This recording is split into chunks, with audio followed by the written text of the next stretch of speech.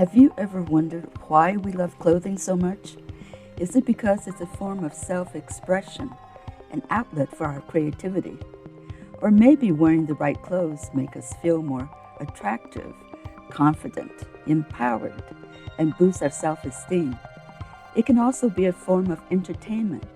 Who doesn't love watching Oscar's red carpet and the runways of New York and Paris?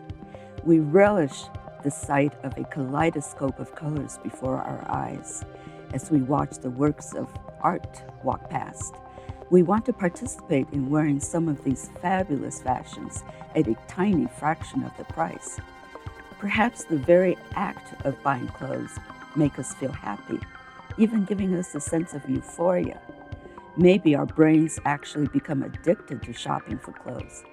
Is that why some of us become obsessed with accumulating more and more clothing until our closets bulge with garments that we haven't worn for years or have never worn?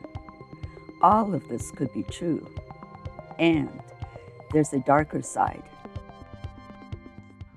Did you know that the clothing industry has a disastrous impact on our environment? It's second only to the oil industry as a global polluter. The shocking reality of this very large carbon footprint is something that most people aren't aware of. I'm Grace Trafton of Cupertino TV Productions. Stay tuned and hear what our guest has to say.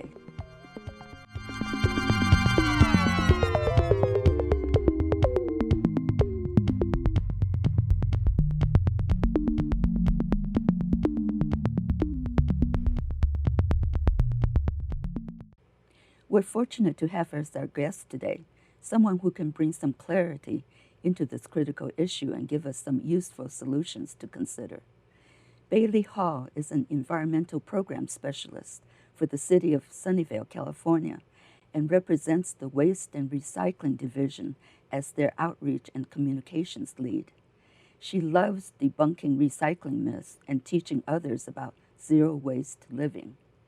She discusses both of these topics in a regular column called Talkin' Trash in the Sunnyvale City newsletter. Bailey has also starred in YouTube videos about waste reduction and recycling with tens of thousands of views. Welcome to our show, Thank Bailey. you so much for having me. I'll be very honest with you, Bailey. I've never thought about clothing in ethical or sustainable terms before. Am I just behind the times? I don't think so at all. I think that sustainable fashion is a fairly new issue that's emerged in the last couple decades, really. Also, I think people have a vague idea of environmental problems, climate change, ocean pollution, but that's so hard to connect to our everyday lives and things that we personally buy or purchase. Well, tell me exactly what is fast fashion and why is it such a big problem?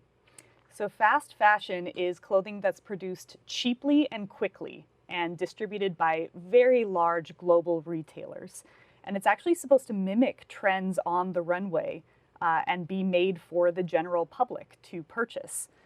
But since that clothing is made cheaply and quickly, it's meant to be consumed very quickly and then disposed of. It reminds me of a concept called planned obsolescence, where something is kind of planned to only last for a certain amount of time. These clothes are destined for the landfill, essentially. In fact, from 2000 to 2014, consumption of fast fashion doubled. So this creates a gigantic waste problem. 85% of the clothes that people in the US throw out are either landfilled or burned. Oh. I know, and when it's burned, it causes air pollution and problems to people around. Right. Even worse than that, the average American throws out 81 pounds of clothing every single year. Oh my 81 goodness. pounds. That's a lot of clothing. I know. And I was also shocked to learn that in California, clothing is the sixth most common item in the waste stream, which means that out of all the items that Californians are throwing away, clothing is the sixth most common one. I read that back in the 1960s, about 95% of our clothing was made in the United States. But these days, only about 2 or 3% is made in the U.S. What kind of ramifications does this dramatic change have? So that really is how fast fashion came to be. In the 70s, these large retailers figured out that they could produce clothing much more cheaply if manufacturing was done overseas in developing countries, in mostly Asia, but also South America too. So these huge brands use labor in other countries. The labor, the materials are not really regulated. So it's produced very cheaply, then comes back here to be sold. And that creates all sorts of problems for the environment and also for the people in those countries. The workers are often exploited, aren't they? Absolutely. It's quite sad. Fast fashion has allowed us to spend a much smaller percentage of our income on clothing, but nowadays we buy more and throw away more. So, what are some of the other ramifications, some of the other downsides to this fast fashion phenomenon? Yes, there are many. So, number one, there's a huge problem with plastics. Many people don't know that most textiles nowadays are mostly made of plastic, 60% of textiles. This will surprise a lot of people, but if you see polyester, elastic, spandex, nylon in your clothing tag, those are synthetic fibers, which means it's plastic. So that leaches into waterways whenever you put it in your washing machine. And they're also not able to be composted or really recycled that easily. So they go into a landfill and they take about 200 years to break down. Oh my goodness. I know. 200 years. Extremely long time. There's so many impacts. There's effects on water. So textile dyeing and producing is the second biggest polluter in terms of global water pollution. In fact, it's 20% of global wastewater pollution in the entire world. It takes 1,800 gallons to produce just one pair of jeans. Oh my goodness. I know. And that's just the water. I mean, water is significant, but there's also climate change impacts. So that same pair of jeans, the greenhouse gases it takes to make that, you could drive a car for 69 miles, and it's the same amount of emissions to create just one pair of jeans. That is so shocking. I know. I had no idea. I know, most people don't. It's also 5 to 10% of global emissions, and all that synthetic fabric, you have to get oil, fossil fuels for that, so you extract it. And back to the problem of people in those developing countries, you're right, they are in pretty awful conditions, working long hours in often unsafe areas. They're exposed to chemicals, they're exposed to that plastic. There's really no regulation, and they're not paid any sort of livable wage. That is just absolutely amazing. I know. Now, I had read some studies that said that Americans only wore 18 to 20% of their clothing in the past 12 months. What contributes to this? Does social media contribute to this phenomenon? I think social media absolutely does. The problem with social media is everyone's portraying the best, most glamorous version of themselves. And when we see it, we think that that's how they are all the time, and we want to be that way too. So it encourages consumerism and fast fashion. We want to buy the latest trends and look perfect. And, you're not going to see a social media influencer wearing the same dress in all of her posts. I think it all influences consumerism, makes us feel like we need to constantly keep buying and buying to be happy. But that's not going to really fulfill us. I've heard of the term upcycling as it applies to clothing. What do you mean exactly by upcycling? Yes, so upcycling is kind of a way to repurpose what you already have. So these are some great examples of upcycled clothes. You could take a large men's dress shirt, and especially if you're crafty, if you're a sewer, you could sew that into a dress for your child. Or you could get really funky and wear a sweater with lots of pieces of different sweaters on it, or take the legs of jeans that are worn out and fashion those into sleeves on a jacket or something. You can get really creative with it and basically turn something that was old, make it into something new and exciting. In fact, I have an example of that. I'm showing a picture of me as a teenager wearing a dress in 2007. The top part was elastic, so that wears away with time. So I couldn't wear it anymore, but I love it so much that I took it to a tailor and I made that same dress become a skirt. Oh my goodness. So I can wear the same garment 15 years later. Fantastic. Yeah. What a smart idea. Thank you. Now, there's lots of people who don't know how to sew or how to repair their clothes. So what can they do? Actually, I should say, what can we do? Because I'm one of those people who don't know how to sew, and I've never had a desire to learn how to sew. Totally. You do not have to. Tailors are great when you don't want to, but you can also shop secondhand. So what's wonderful about secondhand shopping is technically the person that bought the item first kind of takes responsibility for the impact. We call it the footprint, so the water footprint, climate footprint, all that. So when you're buying something used, technically you're not taking on that responsibility. So there's lots of great examples. There's in-store thrifting, there's online, lots of online websites dedicated to just that. Poshmark, ThredUp, even eBay is a site that I really love that I've gotten a lot of great pieces from. So it can be really fun and you're still shopping. Well, unfortunately, there's lots of people who aren't into, buying at thrift stores. True. So what kind of tips do you have for people like that? Yeah, well, like I said, I'm not saying that we can never buy new. You still can, but be conscious about it. So let's think about the material. I mentioned earlier that most clothing fibers nowadays have some sort of plastic in them. So look for natural fabrics, cotton, hemp, linen, silk, wool. If you see that, and preferably 100%, even though that's getting harder and harder to find. But if you see that on the tag, that's not going to have any real negative impact on waterways when you wash them in your washing machine. And if you can make that material organic, then it's even better. Another thing that I like to suggest to people is shopping with your dollar. You might have heard that before. Mm-hmm. Look for brands that support the values you care about. If you go on clothing websites, see if they have a section on sustainability or labor or raw materials. This brand is a great example. It's called 10 Tree. Every item you buy, they plant 10 trees. Oh, really? Yes, and they give you a tracker so you can see where in the world your trees are. Oh, my goodness. Yeah, there's more and more brands popping up that are really representing sustainability and other great values like that. That sounds like a great idea. Are there very many companies who are doing things like that? I think that companies could always do more, especially the bigger ones, but there's smaller ones that are popping up. Absolutely.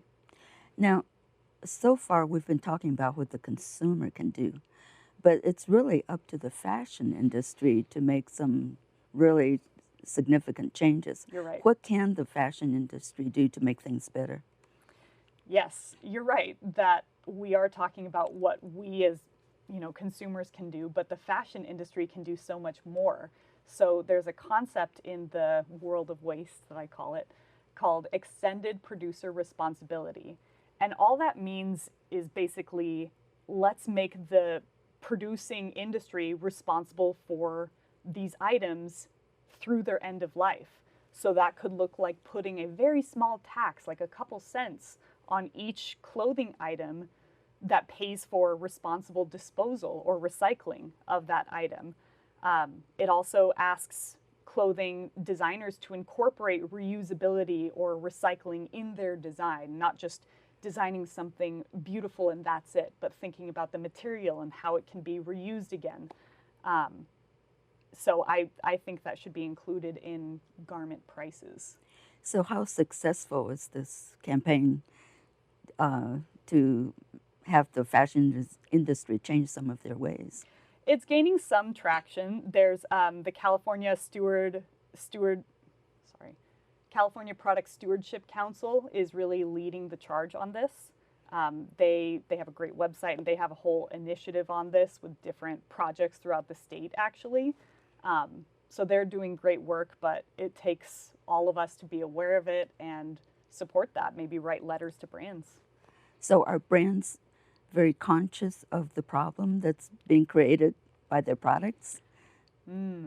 I would say the biggest ones are not really, or if they are conscious, they're not doing much about it. And that is the problem. These large, fast fashion brands are kind of just operating as if nothing's wrong, and they need to change how they're doing things. So that's really the biggest problem because they're the ones who can make significant changes. Honestly, yes, yes. I still believe we should be conscious consumers, but yeah, the biggest change comes from the industry, and that's why it's important to be aware of these issues so we can support that. I forgot to mention one other thing. How about donations? What are your thoughts about making donations? Yes, so donating clothes is, I know a lot of people do it, like my family relies on that very heavily. It's okay. It's kind of not the best option on that hierarchy of needs. It's okay because when you donate clothing, if it's in really good quality, charities can resell it, but that only happens to about 10 to 15%. Another 30%, they can kind of repurpose the clothing into other uses like insulation or stuffing in pillows and sofas, which is really cool. But about half of that still ends up getting landfilled because it's not really good quality anymore, or just people don't want it. So if someone does have a clothing item at home that's not good enough for donation, I recommend using it as a clothing cloth. So I have a lot of old like t-shirts or workout clothes that I use for dusting or something. But you're saying that only 10 or 15% of our donations are resold? Are resold, yes. And then another 30% get to be reused in insulation or stuffing. It's because the quality of the clothing is not good enough? Is that the main problem? I think, yes, I think it's not good enough quality, and there is a stigma sometimes against buying used because buying new is much more fun and attractive to some people. Yes. Unfortunately, to most people, yes, I think. Exactly. So we really need to change our mindset. But back to the manufacturers, consumers can only do so much, and there's only so many consumers who are even aware of the problem or are concerned about it. So it's really up to the manufacturers to make the really significant changes with this. And I think they need to hear from us. I think we need to hold, many industries responsible, but the clothing industry, yes, we need to hold them responsible. So writing letters supporting legislation, going to the website of California Product Stewardship Council is a great way to get started because they're really leading the charge on this. Wonderful. I'm glad to hear there is such an organization. Yeah. So I understand that you have a show and tell to share with us. I do. Wanted to bring some examples of different clothing that represents what we just talked about. In terms of an upcycled skirt, I have this great skirt that I bought in high school. I'm very fortunate that it still fits me. And it's made from different sweaters, kind of all sewed together. And this is kind of a twofer because it's upcycled and I've had it for a while. So it's been a very sustainable, lasting item in my closet. It's actually very attractive. Yeah. I like it. Yeah, it's very cute. Thank you. Another example to fight the stigma of secondhand clothing, because not enough people do it, I want to show people that you can get extremely cute items secondhand. So this beautiful dress I bought in an in-person thrift store. It's really gorgeous. Oh, it is. And it was like very, very infrequently worn by whoever had it first. Very nice. Thank you. This is a secondhand item I bought on eBay. I love eBay. So this is a great professional shirt that I purchased. Another very lovely shirt. Very colorful. I love color. This is an example of items that are 100% of a natural material. So these are actually 100% hemp pants. I bought them through a brand called Pact. They use organic cotton or organic hemp, and I believe they actually make their clothes in this country, which is good. A nice change. And lastly, I wanted to show, kind of representing your values, this is a beanie from the Parks Project. So every purchase you make goes towards supporting America's national parks. And I think that's a really cool initiative. And it's very cute too. It is. Yeah. You've bought some of this online, like through eBay and other online outlets. How about the stores in this area? Are the thrift stores pretty well stocked? Yes, I would say they are. You have to sometimes do a bit more searching with thrift stores, but yes, you can find some great items. The green flower dress was an in-person thrift store. Oh.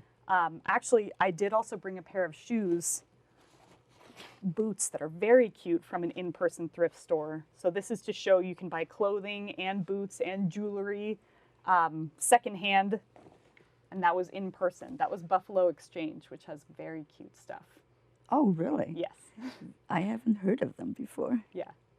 So I had always been under the impression that the really good thrift stores are in the larger cities, like New York City and maybe San Francisco, whereas in, smaller communities that you really, really have to do lots of searching.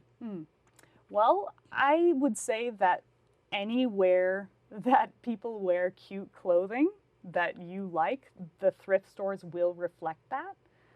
We're in the Bay Area, so to me, there's lots of beautiful fashion around us. Maybe not super high-end designer labels, but I don't really care about those anyways. So to me, if you're in an area where you're looking around and you're generally kind of liking what people are wearing, the thrift stores will reflect that.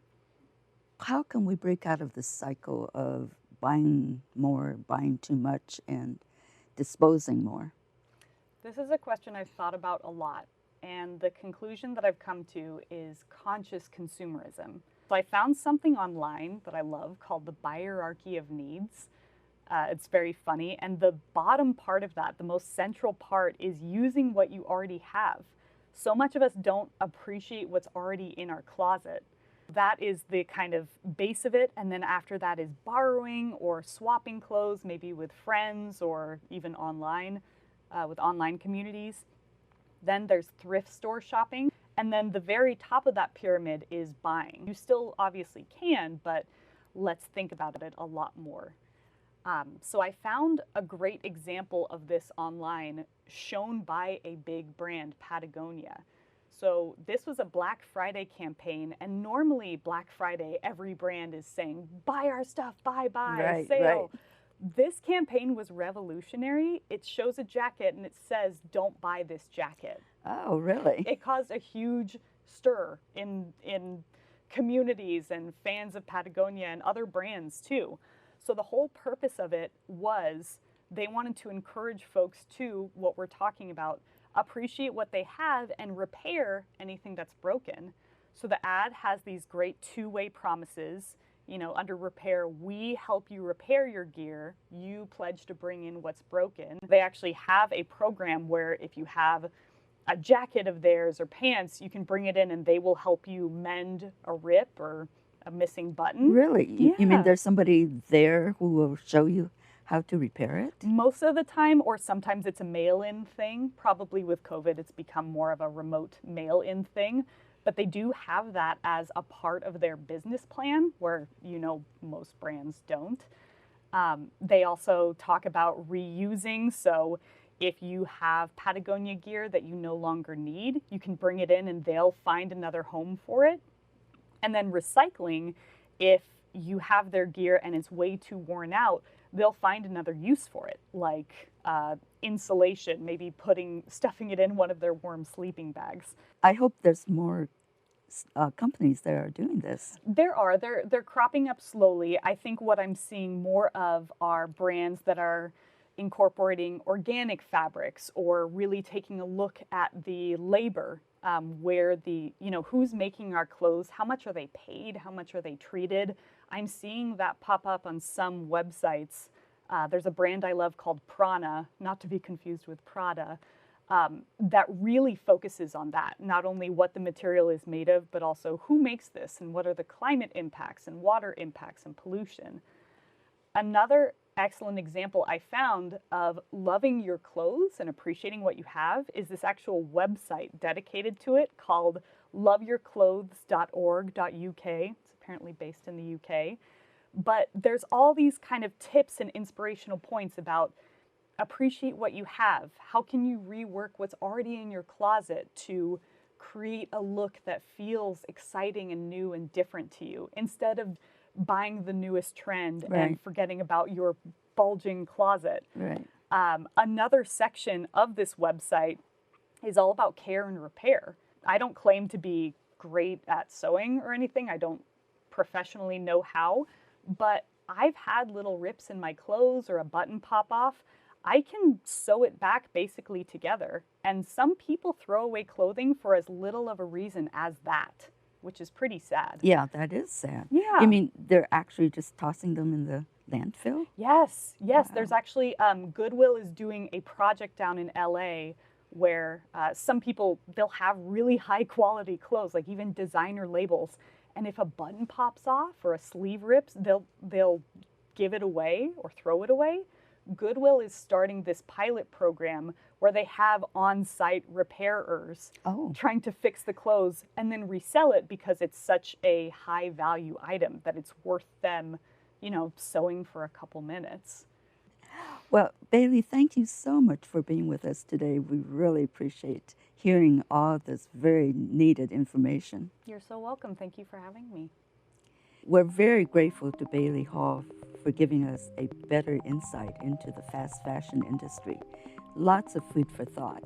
Let's all think about how we can become more responsible consumers and how we can avoid contributing to the detrimental impact of discarded clothing on our environment.